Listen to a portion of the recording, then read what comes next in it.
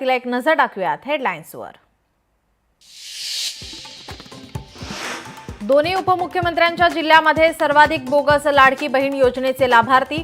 पुणे जिल्ह्यात 2,04,000 तर ठाणे जिल्ह्यात 1,25,000 बोगस लाभार्थी। बीडमध्ये मनोज जरांगेंची निर्णायक सभा। मांजरसुंबा येथे सभेचं आयोजन। आजच्या सभेत कोणता निर्णय होणार याकडे लक्ष। स्टेट बँक ऑफ इंडियाच्या आर्थिक फसवणूक प्रकरणी अनिल अंबानींच्या कंपनीविरोधात सीबीआयकडून गुन्हा दाखल। एसबीआयची 2,929 कोटींची फसवणूक केल्याचा आरोप। मुख्यमंत्री देवेंद्र फडणवीस वेळ देत नाहीत। आपली कामं दिल्लीतून होतात, शहा लगेच वेळ देतात। सुप्रिया सुळेंचा पुन्हा एकदा फडणवीसांवर निशाणा।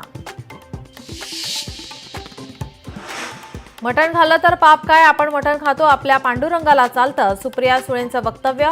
तर सुळेंच्या वक्तव्याला वारकरी उत्तर देतील, फडणवीसांचं प्रत्युत्तर।